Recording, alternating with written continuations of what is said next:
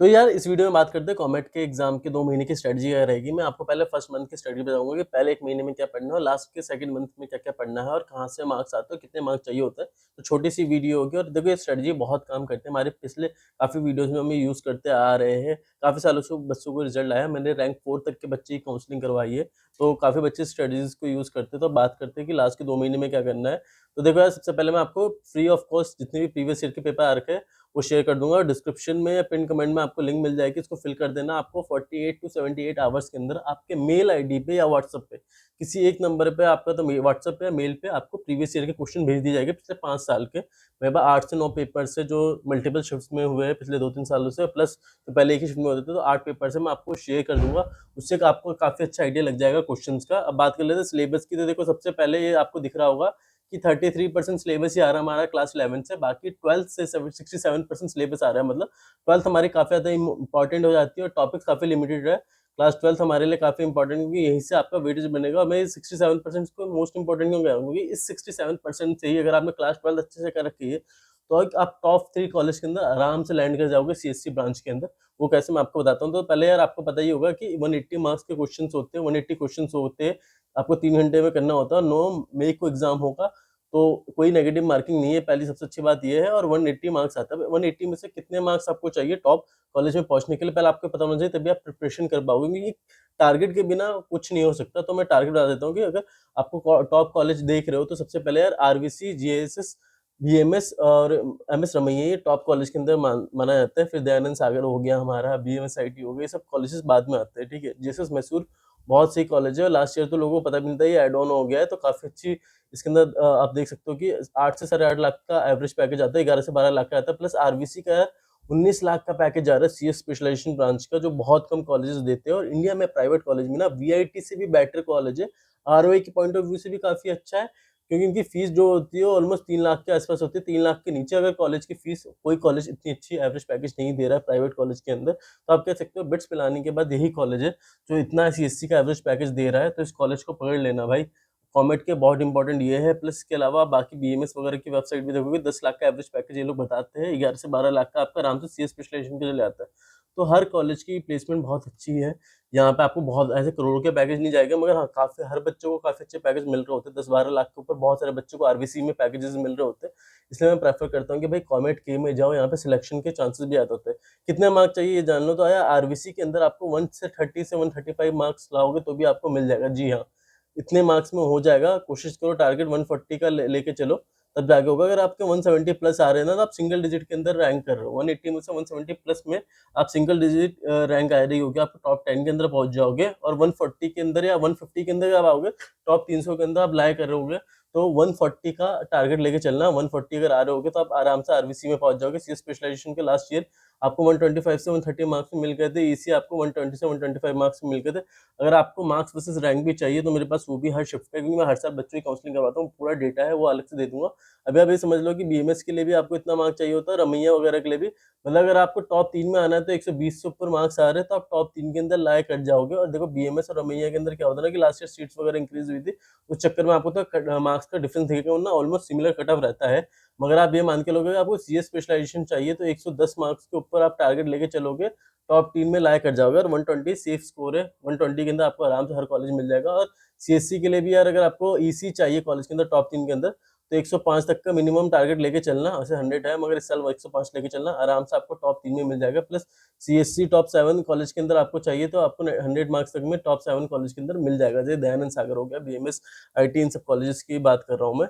और ईसी भी आपको 85 मार्क्स तक में चला जाता है, कॉलेज कॉलेज पे डिपेंड करता है। तो अब बात कर लेते हैं यार, अगर आप बैंगलोर में और कोई कॉलेज देख रहे हो तो स्केलर का ऑप्शन चेक कर सकते हैं। इसका एग्जाम जो होगा वो 22 मार्च को होगा, 12 मार्च को अप्रैल को होने वाला है। 22 अप्रैल में आके इसको अप्लाई कर देना क्योंकि ये हमारी डेट एग्जाम की 10 अप्रैल तक की डेट है। और इसके अंदर ना अप्रैल सिलेक्शन बहुत इजी होता है। ऐसे कॉलेज का एवरेज परसेंटेज 3% है, वैसे आरबीसी का भी इतना ही है।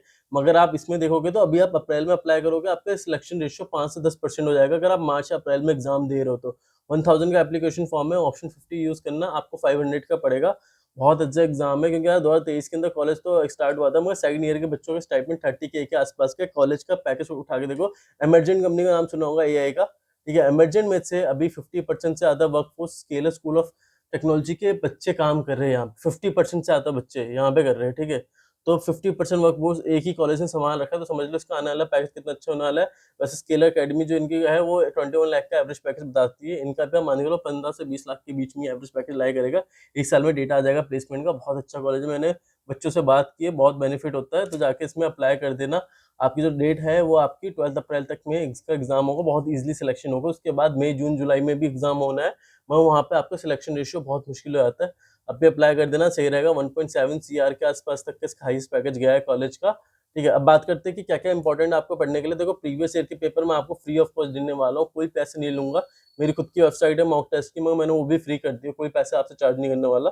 तो आपको फ्री ऑफ कॉस्ट मिल जाएगा। गूगल फॉर्म फिल कर देना, जेई मेन की प्रीवियस ईयर के क्वेश्चन कर लेना, क्योंकि जो जेई मेन के इजी क्वेश्चन होते हैं ना वो काफी बार पूछ लिया जाता है। यहाँ पे वीआईटी के लास्ट 7 साल के क्वेश्चन पूछे जाते हैं, बिट सेट के क्वेश्चन पूछे जाते हैं, इजी क्वेश्चन बिट सेट के आ जाते हैं, जो इजी क्वेश्चन में होते हैं उसको देख लेना। वीआईटी के क्वेश्चन तो देखो मिलना मुश्किल होता है, मगर हाँ आप जेई और कॉमेट के कर लोगे काफी हो ना, बिट सेट के कुछ क्वेश्चन कर लेना, मेमोरी बेस्ड क्वेश्चन, उतने से हो जाएगा। प्लस कुछ कुछ क्वेश्चन केसीईटी से पूछ लेते, तो अगर केसीईटी के पेपर है आपके पास, वैसे मेरे पास तो है नहीं है, मैं जिसका तो शेयर कर देना, बाकी बच्चों को भी शेयर कर दूंगा। केसीईटी से भी काफी क्वेश्चन पूछे जाते हैं।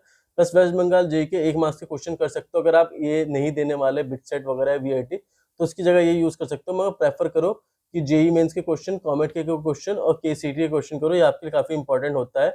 अब बात कर लेते हैं पहले 1 महीने के लिए। 2 महीने बचे, 1 महीने में क्या करना है आपको। देखो, क्लास 12 67% का था, तो आपके लिए काफी इंपॉर्टेंट है क्लास 12 करना।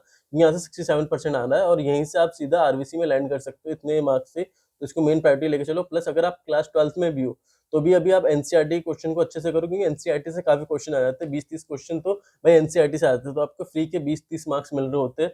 तो एनसीईआरटी के क्वेश्चन ढंग से कर लो। और जेई मेंस के जो पेपर, क्योंकि 1 महीना भी हम जेई मेंस ही करने वाले हैं, अप्रैल के अंदर जेई मेन हर कोई बच्चा देगा, तो जेई मेन के क्वेश्चन कर लो, क्योंकि जेई मेन के इजी क्वेश्चन आते हैं। तो प्रीवियस ईयर के क्वेश्चन कर लेना, तो जेई के साथ साथ आपकी इसकी भी तैयारी होगी। जो मीडियम हार्ड लेवल है वो कमेंट के में नहीं आते, वो इजी क्वेश्चन जेई मेंस के पूछे आते हैं यहाँ पे, तो आप वो क्वेश्चंस की प्रैक्टिस कर लेना, तो आपको काम भी इजिली हो जाएगा। प्लस इसमें practice based question, concept based question आते हैं कि कॉन्सेप्ट डायरेक्टली पूछा जाता है और डायरेक्टली आपको अप्लाई करना है, क्योंकि बहुत जल्दी क्वेश्चन करने होते हैं, तो स्पीड इंपॉर्टेंट होती है, ज्यादा पूछते नहीं है लोग। तो या तो कॉन्सेप्ट बेस्ड क्वेश्चन पूछेगा, वरना फॉर्मुलाज याद करके चलाना है एक पेपर पे, और उससे आप पेपर पे फॉर्मुला लिख के याद कर लेना, इससे आपको काफी हेल्प मिल जाएगी, इससे आपके काफी सारे मार्क्स आ सकते हैं आराम से। तो ये चीज को ढंग से कर लेना, बहुत इजीली सिलेक्शन हो रहा होगा आपका।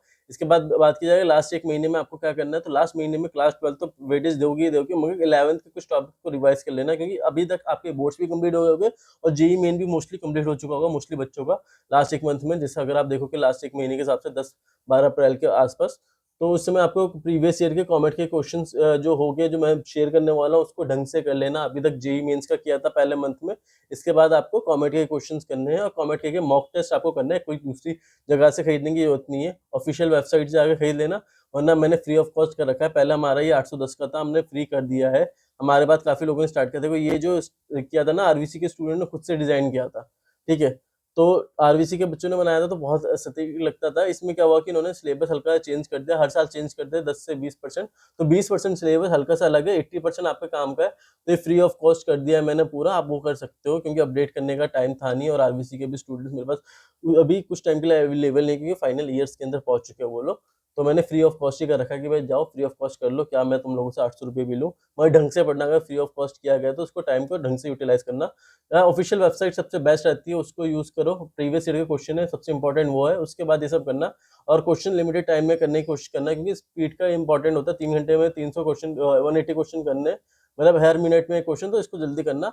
और बिटसेट की और वीआईटी की क्वेश्चन पेपर्स की तैयारी कर लेना। अगर आप बिटसेट या वीआईटी ट्रिपल दे रहे हो, तो उसके क्वेश्चंस की प्रैक्टिस करोगे ना, तो आपके साथ साथ कॉमेट की क्या होगा, मैं इजी लेवल के क्वेश्चन की बात कर रहा हूँ, हार्ड वाले क्वेश्चन यहाँ पे नहीं पूछे जाते, तो वो होगा। कुछ चीजें हार्ड वाली होती है, तो उनके मीडियम लेवल के क्वेश्चन जो होते हैं ना बिटसेट के, वीआईटी ट्रिपल के, वो यहाँ पूछ लिया जाता है हल्के फुल्के, उससे ज्यादा नहीं होता।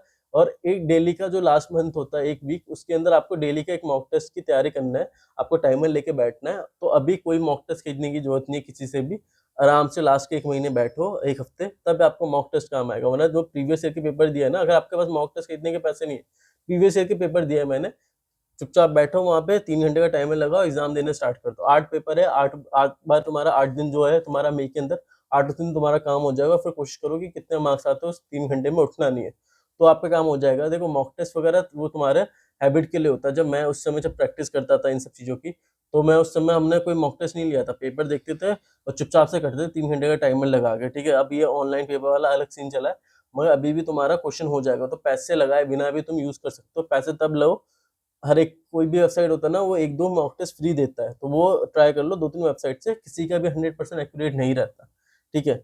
तो वो आगे देख लेना, 2-3 वेबसाइट से फ्री फ्री वाला यूज कर लेना, मगर ज्यादा मल्टीपल यूज मत करने की जरूरत नहीं है।